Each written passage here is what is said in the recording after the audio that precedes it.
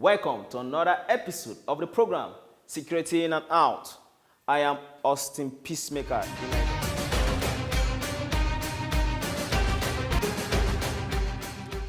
Today, on this episode of Security In and Out, I have in the studio the global president of Global Amnesty Watch, David Faut, and also his counterpart, Stewart McGee. Mr. David, all the way from Geneva, arrived in Nigeria just a couple of days for the second international conference on human rights and local armed conflict in Nigeria at the International Conference Center, alongside his counterpart, Mr. Stewart McGee, human rights and conflict mitigation expert. Here in the studio, we shall be discussing multidimensional armed conflict in Nigeria, the global war against terrorism, and Nigeria's effort towards world peace.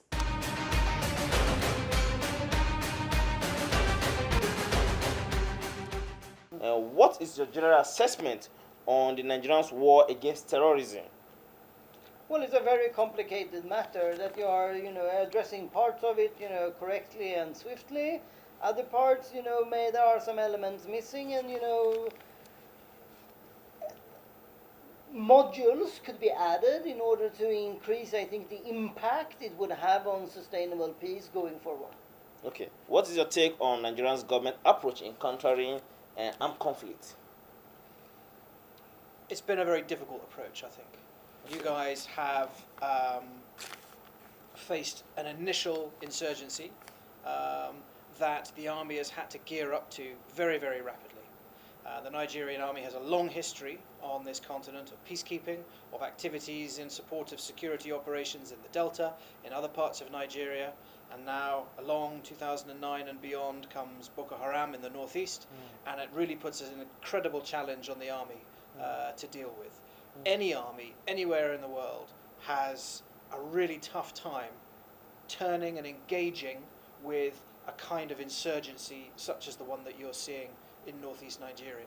Only have to think of Afghanistan, Somalia, parts of Iraq, elsewhere in the Middle East, and any of the armies that have been engaged in that, the Americans, the British, the French, the Israelis, the Saudis, and so on and so on. Every army has to try and find a way to transform to this difficult type of operating. Okay, that is a nice one there, Mr. David. How has it been the collaboration between the Nigerian government and the West in terms of countering terrorism? Well, it's hard for me to comment. I don't work for neither, the Nigerian government or the international community. I'm a private observer in all of this. But I would say that increased international support should be sought.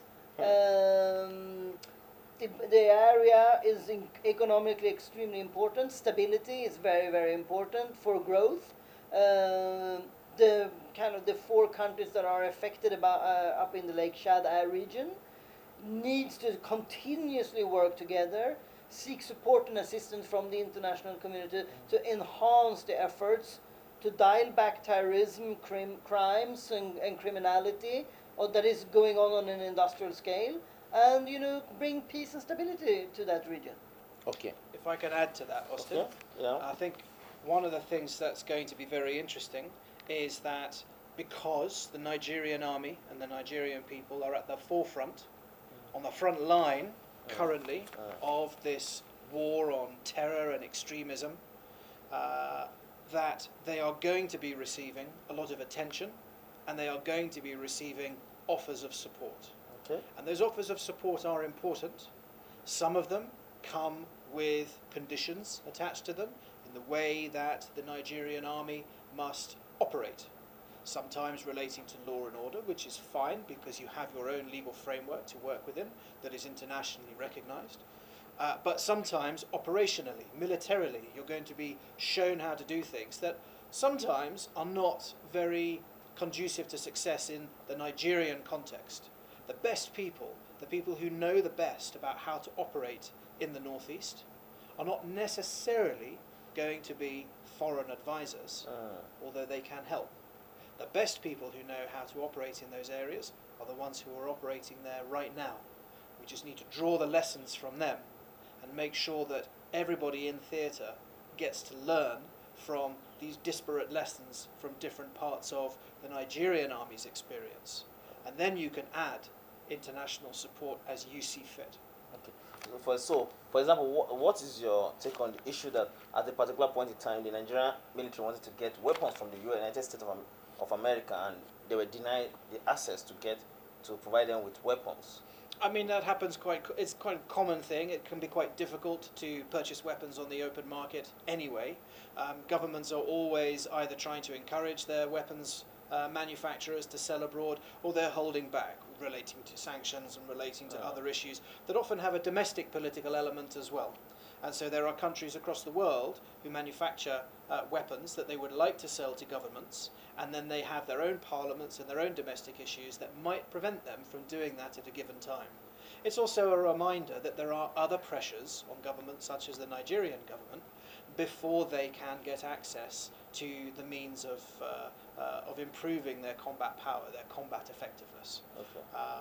And so these things mustn't be taken too much as slights and impertinences and things like that. The fact is that whether it is foreign reporting from civil society action groups, or whether it is governments pausing before they can offer their support, or only offering a certain type of support, these are simply the general methods that your government has had to deal with for many, many years in getting support internationally. In what way this just concluded Second International Conference on Human Rights and Armed Conflict in Nigeria is going to contribute to counter terrorism in our country, in Nigeria, and also for the Nigerian people? So I think the conference in itself is an academic, kind of academic event, which is probably not going to have any impact at all if we are not engaged on the ground, giving some, coming with advice and being enabled to implement concepts that have been proven to work outside of this country before in counterinsurgency, contexts. But hopefully, our presence here and the conference in itself can have a positive impact to raise the awareness of the subject, and also, bring to light some new ideas that we would like to very much to test. And we are putting forward some proposals that we think could be very productive in terms of, bringing stability and peace to Nigeria. So yeah, I think, short term, maybe not so much, impact. Long term, you have to understand that, this is going to happen year after year, and this is a long term process where, you don't just change things overnight. Okay.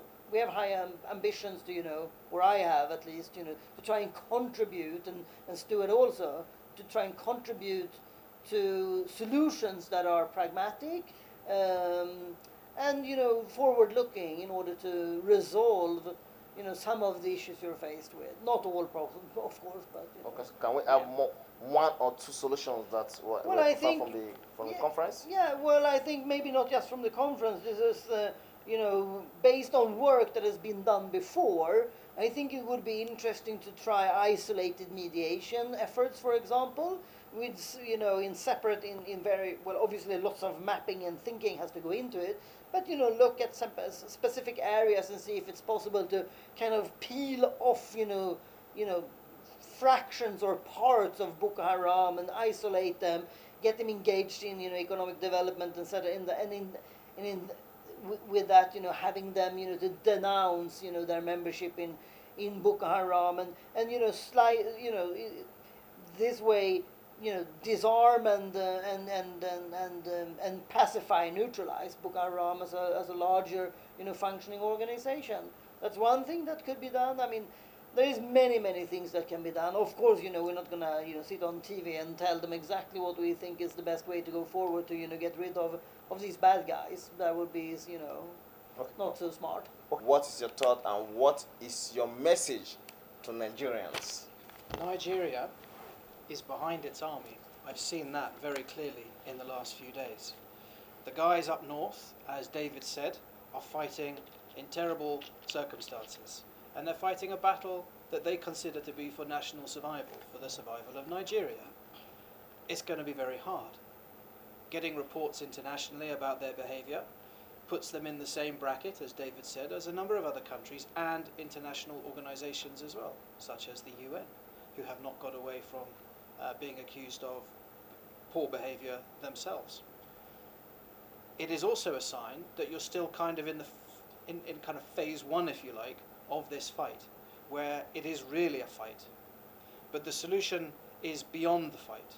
The solution is to have a political settlement, a stable political settlement in the northeast that operates within the rule of law of Nigeria, that operates within the constitution and the federal purposing of Nigeria, that keeps the Nigerian state together and people safe, but that allows large numbers of troops to leave the area without it all suddenly collapsing again. And that can be achieved by many things together, not only the military effort. But it's been amazing to see Nigerians really behind the military effort so far.